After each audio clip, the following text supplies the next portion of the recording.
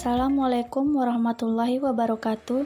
Kami dari kelompok 3. Di sini kami akan menjelaskan materi tentang pengaruh keputusan strategis bagi perusahaan, yang di dalamnya terdapat bagian antara lain.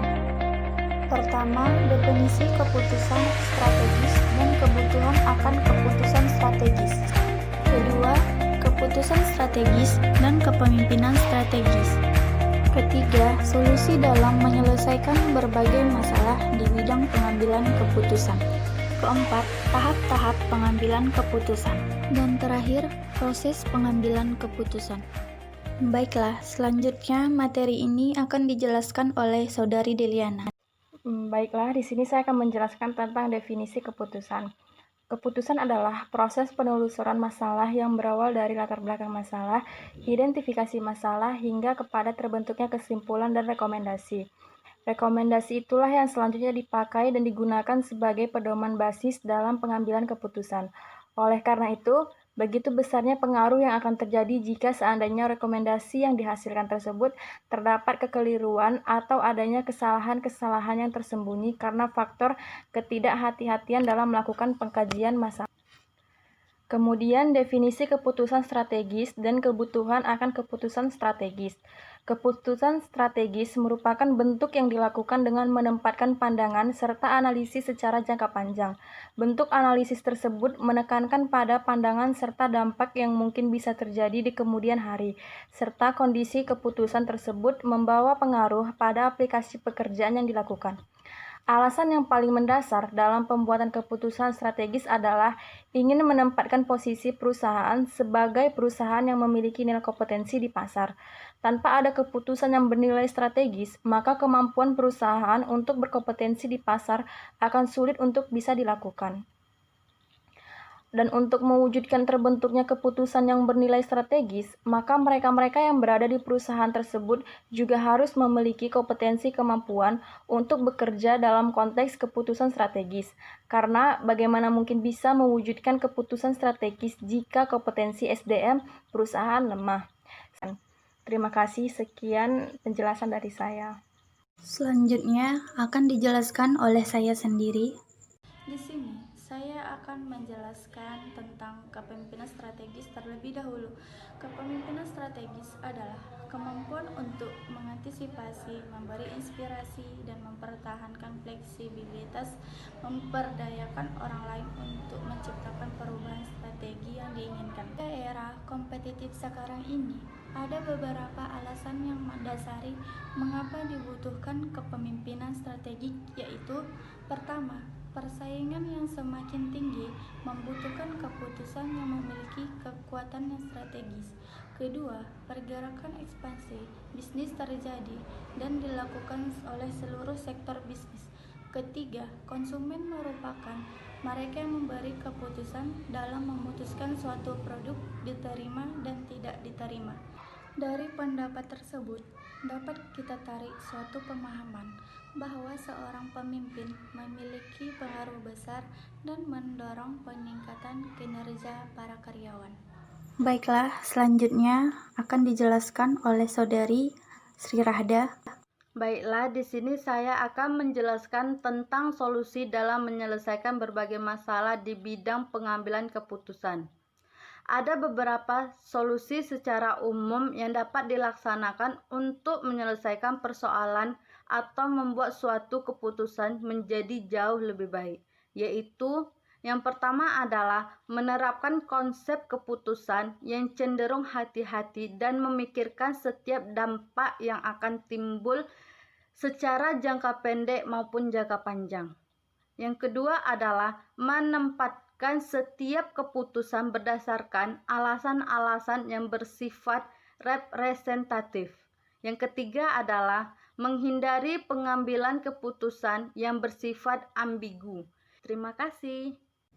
Selanjutnya yang akan dijelaskan oleh Saudari Irmayanti. Baik, di sini saya akan menjelaskan bagaimana tahap-tahap keputusan. Tahap-tahap keputusan ada 5, yaitu yang pertama, identifikasi masalah dan ketidakjelasan.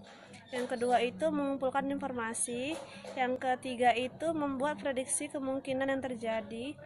Dan yang keempat itu mengambil keputusan dari alternatif-alternatif yang ada.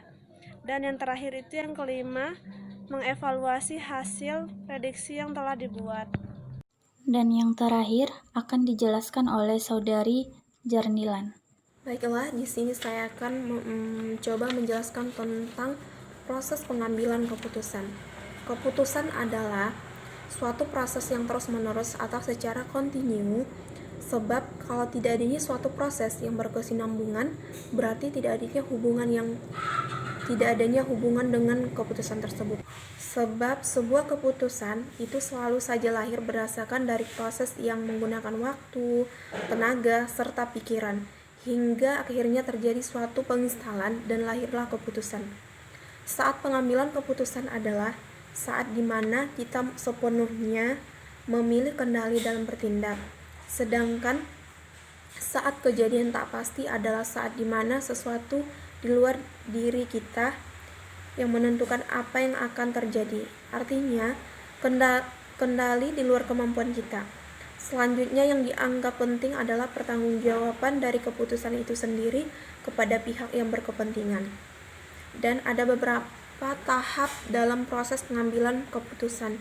Yang pertama, pemahaman dan perumusan masalah, yaitu pengumpulan dan analisa data yang relevan, di mana setelah manajer menentukan dan merumuskan masalah, kemudian harus memulai memutuskan langkah-langkah selanjutnya, yaitu menentukan apa yang akan dibutuhkan untuk membuat keputusan yang tepat, mendapatkan informasi yang dibutuhkan. Para manajer akan jarang memperoleh seluruh data yang dibutuhkan, padahal mereka harus mempunyai informasi cukup untuk dapat merumuskan berbagai penyelesaian. Dan yang ketiga yaitu pengembangan alternatif-alternatif. Kecenderungan untuk menerima alternatif keputusan pertama yang fleksibel sering menghindarkan manajer dari pencapaian penyelesaian masalah yang terbaik. Pengembangan sejumlah alternatif memungkinkan manajer menolak kecenderungan untuk membuat keputusan terlalu cepat dan membuat lebih mungkin pencapaian keputusan yang efektif. Yang keempat yaitu evaluasi alternatif-alternatif. Setelah mengembangkan sejumlah alternatif, mereka harus mengevaluasinya untuk menilai efektivitas setiap alternatif. Dan yang kelima yaitu pemilihan alternatif terbaik. Pembuatan keputusan merupakan hasil evaluasi berbagai alternatif. Dan yang keenam, implementasi keputusan. Para manajer harus membuat rencana-rencana untuk mengatasi berbagai persyaratan dan masalah yang mungkin ditemukan dalam penerapan keputusan.